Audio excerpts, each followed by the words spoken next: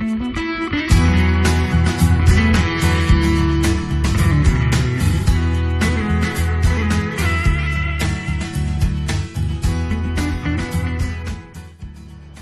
भूल कहां होती है? आत्मा की बात कौन सी है और मन की बात कौन सी है, वहां आप भूल कर जाते हो। मन की बात को आत्मा की बात समझ लेते हो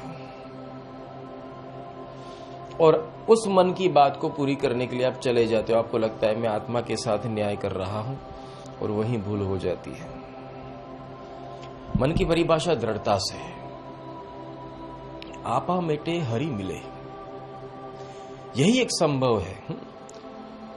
अगर हरि को भुला दिया कुछ मिलता नहीं है, सब खो बैठते हो। ये भी याद रखना, सब खो बैठने का मतलब कि हम इस जगत में अगर इसके ऊपर वाद विवाद करें तो ये भी संभव है कि जगत में कितने लोग नास्तिकवाद को मानते हैं। जो कुछ लोग तो मेजॉरिटी वही लोग हैं जो ईश्वर को मानते तक नहीं है।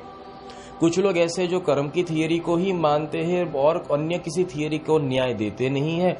और कुछ लोग ऐसे ही है जो अपने अहंकारवश या तो पैसे के दबदबे के अंदर या तो अपने वंश या अपने परंपरा उसके प्रभाव में आकर वो सत्य को समझने के लिए ही तैयार नहीं, फिर भी वो लोग जीवित है, उनके पास पैसे है, वो रुआब से चलते हैं, रुतबे से चलते हैं। ये सब देखते हुए आपका मन विचलित भी हो सकता है और कह सकता है कि दुनिया में ऐसे लोग तो है जो परमात्मा को तिरस्कार करते हैं, परमात्मा का अनादर करते हैं और सारे प्रकार के दुष्कृत्य करते हुए भी वो आज सब प्रकार की खुशी से जीते हैं।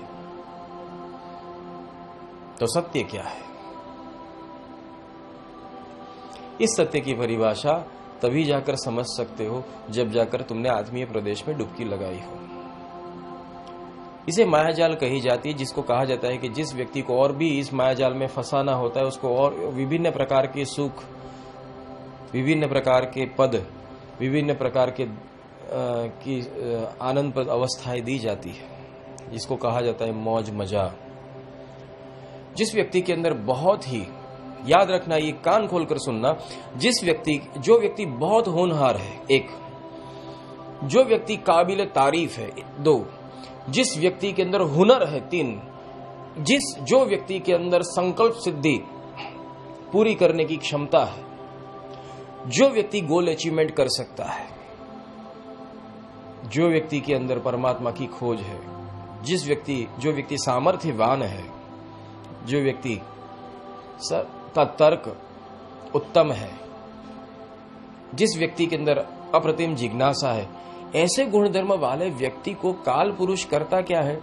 उसको दूसरी दुनिया में भेज देता है, जिसको कहा जाता है फसाना। वो व्यक्ति अगर फ्री हुआ तो ही परमात्मा की खोज करेगा, तकलीफ में आया तो ही परमात्मा की खोज करेगा। तो उसको इस प्रकार के मौज मजा के अंदर तरबदर रखो, इस प्रकार के आनंद के अंदर बस हर रोज इस माया के नशे में रखो कि बस वो उसमें ही रचा पचा रहे, सुबह से लेकर रात तक आनंद, खाना पीना, मौज मजा, जिसको कहा जाता है स्वर्ग का सुख। कोई व्यक्ति ऐसा है कि जिसके अंदर जिज्ञासा है, उस जिज्ञासा को बस बिजनेस के पीछे दौड़ा दिया जाए, सुबह से लेकर शाम तक जैसे गाय चारा ढूंढने जाती है, ऐसे वो अपने बिजनेस के लिए दौड़ता है।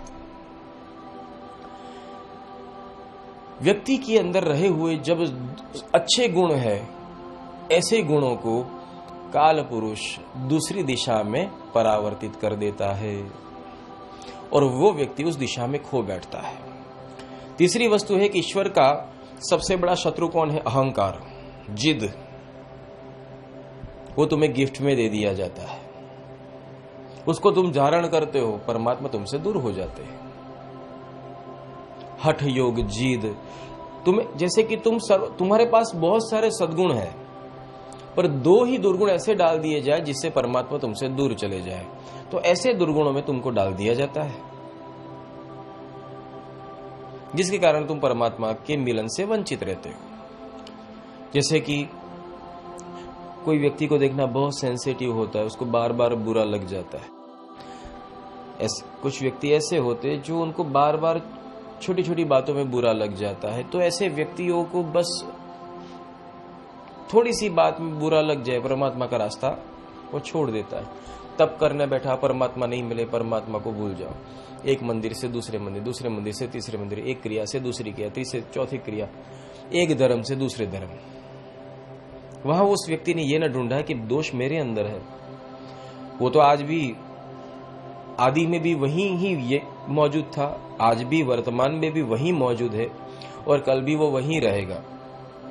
प्रॉब्लम मेरी है, मैं युगों युगों से जन्म लेता या फिर भी मैं उसको एक जगह जहां वो प्रत्यक्ष है, चारों ओर भरपूर है, फिर भी उसको पा न सका, तो मैं कैसा? ये सोचने का संविधान तुम्हारे अंदर नहीं प्रकट होता है।